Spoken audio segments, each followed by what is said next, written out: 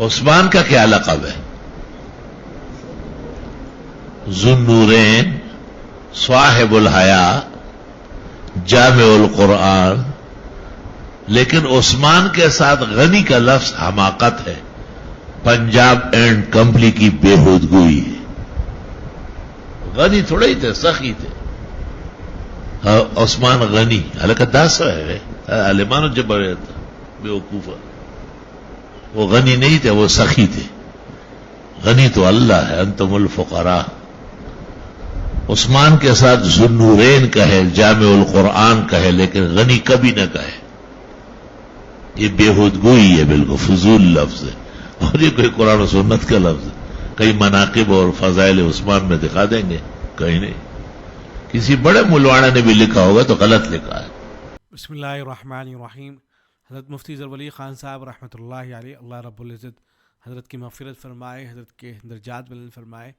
وہ اتنی شاندار گفتگو کیا کرتے تھے کہ ان کی جو ذاتی رائے ہوا کرتی تھی بعض مسائل کے اندر، جب وہ اپنی ذاتی رائے کا اظہار بھی کیا کرتے تھے تو سننے والے کو یہ لگتا تھا کہ اس کے علاوہ کوئی حق بات ہو ہی نہیں سکتی ہے. حضرت نے جو فرما دیا ہے وہ بالکل حرف آخر ہے، اس کے علاوہ کوئی بات دوسری ہو ہی نہیں سکتی ہے. اس اعتماد کے ساتھ حضرت گفتگو فرمایا کرتے تھے. تو بعض مسائل کے اندر جو حضرت کے تفردات بھی تھے تو ان کو ایسے ہی بیان کیا کرتے تھے. اب حضرت کی جو گفتگو ایک صاحب نے مجھے بھیجی تھی کہ اس میں حضرت یہ فرما رہے ہیں کہ جو غنی کا لفظ ہے یہ حضرت عثمان رضی اللہ تعالیٰ عنہ کے لیے استعمال نہیں ہونا چاہیے، حماقت ہے، بےہودگی ہے. اب صورتحال یہ ہے کہ حضرت عثمان غنی رضی اللہ تعالیٰ عنہ کے ساتھ غنی کا لفظ اتنا زیادہ استعمال ہونے لگا ہے کہ کتنی بڑی شخصیت کا بیان آپ سن لیجئے، کوئی بھی ہوں، جب حضرت عثمان غنی رضی اللہ عنہ کا ذکر آئے گا تو آٹومیٹکلی زبان پر عثمان رضی اللہ عنہ کے ساتھ میں غنی کا لفظ آ جاتا ہے زبان پر. تو ہر آدمی استعمال کر رہا ہے، چاہے کتنی ہی بڑی شخصیت. آپ بڑے بڑے خطبہ علماء جو مقررین گزرے ہیں، چاہے حضرت شیخ الاسلام مفتی تقی عثمانی دامت برکاتہم العالیہ ہیں، ان کے بیانات اٹھا کے دیکھ لیجئے. حضرت مولانا ابوالحسن علی میانوی رحمۃ اللہ علیہ، ان کے بیان، اور بھی جو بھی جن کو آپ بڑا خیال کرتے ہیں، یا تو ان کا بیان سن لیجئے گا یا ان کی تحریریں دیکھ لیجئے گا. سب جگہ جو ہے آپ کو حضرت عثمان رضی اللہ عنہ کے ساتھ میں غنی کا لفظ لکھا ہوا ملے گا. تو یہ غنی کا لفظ حضرت عثمان کے ساتھ میں استعمال کرنا کوئی حرج کی بات نہیں ہے، یہ بالکل جائز اور درست ہے. یہ حضرت کی رائے تھی. جسے اور مسائل میں ہم یہی کہیں گے، ہم تو بعض مسائل کے اندر حضرت کی اپنی ذاتی آرا ہوا کرتی تھی، تو اسی طریقے سے اس مسئلے کے اندر بھی یہی کہا جائے گا کہ حضرت کا تفرد تھا، یہ ان کی ذاتی رائے تھی. خود یہ دیکھیں کہ قرآن مجید میں جو لفظ ہے غنی کا، ایسا نہیں ہے کہ صرف اللہ کے لیے استعمال ہوا ہو. یہ بات تو درست ہے کہ اللہ کے لیے بھی استعمال ہوا ہے، لیکن اللہ کے علاوہ دوسروں کے لیے بھی استعمال ہوا ہے، بندوں کے لیے بھی استعمال ہوا ہے. اور ضابطہ اور قاعدہ یہ ہے کہ ایسا لفظ جو اللہ کے لیے بھی استعمال ہوتا ہو، بندوں کے لیے بھی استعمال ہوا ہو، تو ٹھیک ہے، پھر اسے بندوں کے لیے استعمال کرنے میں کوئی حرج کی بات نہیں ہے. ہاں، ایسے الفاظ جو اللہ کے لیے خاص ہیں، اللہ کے علاوہ بندوں کے لیے وہ استعمال ہوئے ہی نہیں ہے، تو پھر ان کو اللہ ہی کے ساتھ خاص رکھنا چاہیے، ان کو بندوں کے لیے استعمال کرنا جائز نہیں ہے. لیکن یہ لفظ ان میں سے نہیں ہے. یہ لفظ جو ہے اللہ کے لیے بھی استعمال ہوا ہے، اللہ کے علاوہ دوسروں کے لیے بھی استعمال ہوا ہے. حضرت کی جو گفتگو ہے اس میں زیادہ یہ تو کہا جا سکتا تھا کہ حضرت عثمان غنی رضی اللہ عنہ کے جو القاب ہیں تو وہ دوسرے القاب جو ہے استعمال ہونے چاہیے.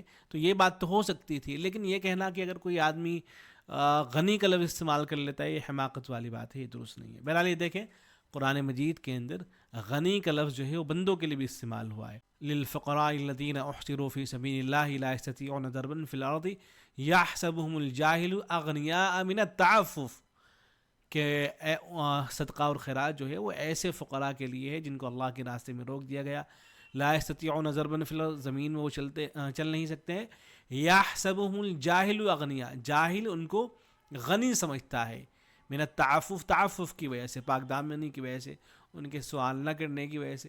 تو یہاں اغنیاء کا لفظ استعمال ہوا ہے. غنی کی ان کی جمع ہے اغنیاء، تو یہاں بندوں کے لیے اغنیاء کا لفظ استعمال ہوا ہے. ایسے یہ دیکھیں سورہ نساء کی آیت نمبر 6، اس میں وَابْتَلُوا الْيَتَامَىٰ حَتَّىٰ إِذَا بَلَغُوا النِّكَاحَ فَإِنْ آنَسْتُم مِّنْهُمْ رُشْدًا فَادْفَعُوا إِلَيْهِمْ أَمْوَالَهُمْ وَلَا تَأْكُلُوهَا إِسْرَافًا وَبِدَارًا أَن يَكْبَرُوا وَمَنْ كَانَ غَنِيًّا فَلْيَسْتَعْفِفْ. جو شخص بھی غنی ہے، مالدار ہے، فلیستعفف، تو اسے چاہیے کہ وہ رکا رہے، باز رہے، یعنی جو یتیموں کی کفالت کرنے والے ہیں تو ان کے بارے میں یہ بات کہی گئی ہے۔ تو یہاں بندوں کے لیے، یتیموں کی جو کفالت کرنے والے ہیں ان میں سے جو مالدار ہیں تو وہ فلیستعفف، وہ رکے رہیں، باز رہیں، ان کے لیے جو ہے یہ حکم یہاں جو ہے غنی کا لفظ استعمال ہوا ہے۔ ایسے ہی قرآن مجید کی آیت ہے سورہ نساء کی آیت نمبر 135، یا ایھا الذین آمنوا کونوا قوامین بالقسط شہداء للہ، اے ایمان والو تم انصاف قائم کرنے والے بنو، شہداء للہ، اللہ کے لیے گواہی دینے والے بنو۔ مشہور ہے کہ امریکہ میں ایک یونیورسٹی ہے، اس یونیورسٹی کے اندر ایک ڈپارٹمنٹ ہے، ڈپارٹمنٹ آف لا، جہاں قانون کی پڑھائی ہوتی ہے۔ تو وہاں قرآن مجید کی اس آیت کو ان لوگوں نے، ان کا جو ڈپارٹمنٹ ہے اس میں لکھ کے رکھ رکھا ہے، تاکہ جو اسٹوڈنٹس ان کے یہاں لا پڑھتے ہیں، قانون پڑھتے ہیں، ان کے سامنے یہ آیت رہے، اللہ کا یہ پیغام رہے، یعنی ان کو یہ پتہ رہے کہ بھائی تمہیں انصاف قائم کرنا ہے تو تمہیں یہ ہے نا اس میں وَلَوْ عَلَىٰ أَنفُسِكُمْ، انصاف قائم کرنا ہے چاہے وہ تمہارے خلاف ہو، او الوالدین، یا چاہے والدین کے خلاف ہو، والاقربین، چاہے رشتہ داروں کے خلاف ہو۔ تو تمہیں لوگوں کے چہرے نہیں دیکھنے انصاف قائم کرتے ہوئے، بلکہ تمہیں انصاف پر قائم رہنا ہے، اور چاہے یہ انصاف قائم کرنا یا گواہی دینا تمہارے خلاف ہو، تمہارے والدین کے خلاف ہو، رشتہ داروں کے خلاف ہو، بہر صورت میں انصاف قائم کرنا ہے۔ تو چونکہ بڑا اہم پیغام ہے اس آیت کے اندر، تو انہوں نے جو ہے اپنے یہاں اس کو لٹکا کے رکھا ہوا ہے۔ تو یہاں بھی دیکھیں ان یکن غنیا او فقیرا فاللہ اولی بہما، کہ ان یکن غنیا، جن لوگوں کے خلاف تم گواہی دینے جا رہے ہو یا انصاف قائم کرنے والے ہو، تو اگر وہ مالدار یا فقیر ہیں تو اللہ تعالیٰ ان کے زیادہ خیر خواہ ہیں۔ تو یہاں بھی غنی کا لفظ استعمال ہوا ہے بندوں کے لیے۔ تو معلوم یہ ہوا کہ غنی کا لفظ جو ہے، اور آپ فقہ کتابیں دیں گے جگہ جگہ آپ کو غنی کا لفظ ملے گا، زکوٰۃ کی جب بحث آتی ہے تو وہاں جگہ جگہ غنی کا لفظ آپ کو مل جائے گا۔ تو ایسا نہیں ہے کہ غنی کا لفظ صرف اللہ کے لیے استعمال ہوتا ہو، بندوں کے لیے بھی استعمال ہوتا ہے۔ تو حضرت عثمان غنی کے ساتھ اگر استعمال ہو رہا ہے تو کوئی حرج کی بات نہیں ہے۔ یہ ایک فتویٰ ہے، دیکھیں اس فتوے کو بھی تھوڑا سا دیکھ لیں، اس میں یہ بات لکھی گئی ہے کہ واضح ہے کہ اللہ تبارک و تعالیٰ کی وہ صفاتی نام جو اللہ کے ساتھ خاص ہے، بندوں کے لیے اس کا استعمال جائز نہیں ہے۔ یہ فتویٰ بڑا اہم ہے، اس کو بغور سماعت کریں، بڑا فائدہ اس سے ہوگا۔ البتہ اگر ان ناموں کے ساتھ کسی کا نام رکھنا ہو تو ان کے ساتھ عبد لگانا ضروری ہے، لہذا اگر کوئی شخص ان ناموں کو عبد کی اضافت کے بغیر استعمال کرے تو اس طرح کرنا ناجائز اور گناہ کبیرہ ہے۔ دیکھیں کتنی بڑی بات ہے کہ وہ الفاظ جو اللہ کے ساتھ خاص، ہمارے ہاں تو عام ہو گئی یہ بات کہ اگر کسی کا نام عبد الرحمن ہے تو لوگ رحمان رحمان کہہ کے پکار رہے ہوتے ہیں، حالانکہ ان کو احساس بھی نہیں ہوتا ہے کہ وہ گناہ کبیرہ کا مرتکب ہو رہے ہیں، جو بڑا گناہ ہوتا ہے اس کے وہ مرتکب ہو رہے ہوتے ہیں، اور سننے والا بھی گناہ سے خالی نہیں ہوتا۔ البتہ جس کے کان میں لفظ پہنچ جائے اور اس کا ارادہ سننے کا نہ ہو تو گنہگار نہیں ہوگا۔ اللہ تعالیٰ کے کن ناموں کے ساتھ عبد لگا کر رکھنا ضروری ہے اور کن کے ساتھ نہیں، اس کی تفصیل اس طرح سے ہے۔ اللہ تبارک و تعالیٰ کی وہ ذاتی ہے صفاتی نام جن کے ساتھ عبد لگانا ضروری ہے، بغیر عبد کی اضافت کے بندوں کے لیے اس کا استعمال شرعاً جائز نہیں۔ وہ نام یہ ہیں: اللہ، الرحمن، الملک، قدوس، سلام، المحیمن، جبار، متکبر، خالق، باری، مصور، غفار، قہار، رزاق، تواب، وہاب، خلاق، فتاح، القیوم، الرب، المحیط، الغفور، الاحد، الصمد، الحق، القادر، المحی، الاول، الآخر، الباطن۔ تو اگر کسی کا نام عبد الرحمن ہے تو عبد الرحمن ہی کہہ کے پکاریں، کسی کا نام عبد القدوس ہے تو عبد القدوس ہی کہہ کر پکاریں، اسے قدوس قدوس کہہ کر پکارنا جائز نہیں ہوگا۔ کسی کا نام جو ہے عبد الجبار ہے تو عبد الجبار ہی کہا کریں، جبار کہہ کر اس کو پکارنا جائز نہیں ہے۔ کسی کا نام عبد الخالق ہے تو عبد الخالق ہی کہیں، خالق کہہ کر پکارنا جائز نہیں ہے۔ وہ اسماء جو اللہ کی صفات خاصہ میں سے نہیں ہیں بلکہ وہ اسماء اللہ تعالیٰ کی صفت کے طور پر بھی استعمال ہوتے ہیں اور اللہ کے علاوہ کسی دوسرے کی صفت کے طور پر بھی استعمال ہوتے ہیں، ان کو صفات مشترکہ بھی کہا جاتا ہے۔ اور ان کے متعلق تفصیل یہ ہے کہ اگر قرآن و حدیث، تعامل امت یا عرف عام میں ان اسماء سے غیر اللہ کا نام رکھنا ثابت ہو تو اس نام رکھنے میں کوئی مضائقہ نہیں ہے۔ مثلا عزیز، علی، کریم، رحیم، عظیم، رشید، کبیر، بدیع، کفیل، ہادی، واسع، حکیم وغیرہ، ان میں عبد لگانے کی ضرورت نہیں ہے۔ اور جن صفات مشترکہ سے غیر اللہ کا نام رکھنا قرآن و حدیث اور مسلمانوں کے تعامل سے ثابت نہ ہو تو ان صفات پر غیر اللہ کا نام رکھنے سے پرہیز لازم ہے، اور اگر استعمال کرنا ہے تو لفظ عبد کی اضافت کے ساتھ اس کو استعمال کیا جائے، کیونکہ اسماء حسنہ میں اصل یہ ہے کہ ان سے غیر اللہ کے نام کو نہ غیر اللہ کا نام نہ رکھا جائے۔ حضرت مفتی شفیع صاحب رحمۃ اللہ علیہ لکھتے ہیں کہ اللہ تعالیٰ کے صفاتی نام دو طرح کے ہیں۔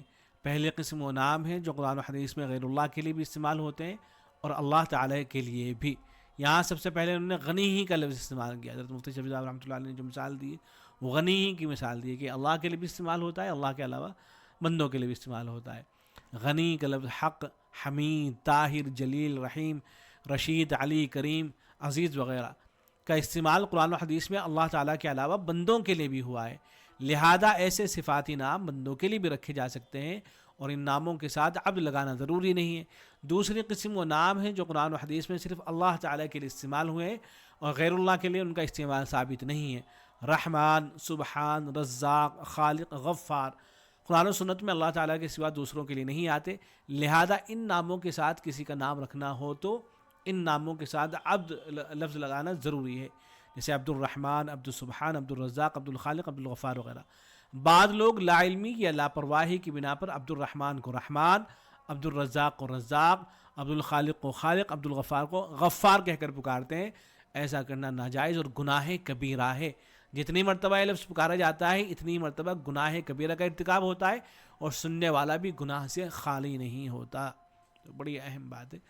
تو چونکہ غنی کا لفظ جو ہے پچھلے دنوں جو ہے غیر مقلد حضرات کی اس طرح کی ویڈیوز آئی تھی جن میں وہ یہ کہہ رہے تھے کہ حلیم جو ڈش ہوتی ہے کھانے کی اس کو حلیم نہیں کہنا چاہیے اس لیے کہ حلیم تو اللہ کا نام ہے، اس لیے بعض حضرات نے اس کو چینج کر کے دلیم کہنا شروع کر دیا۔ ارے بھائی حلیم اس طرح کا لفظ ہے کہ جو اللہ کے لیے بھی استعمال ہوا ہے، اللہ کے علاوہ غیر اللہ کے لیے بھی استعمال ہوا ہے، بندوں کے لیے بھی استعمال ہوا ہے، تو ٹھیک ہے، کوئی حرج کی بات نہیں ہے۔ آپ اگر ڈش کا نام کہیں حلیم ہے تو ایسا نہیں ہے کہ حلیم کو حلیم کہہ دینے کی وجہ سے کوئی گنہگار ہوگا۔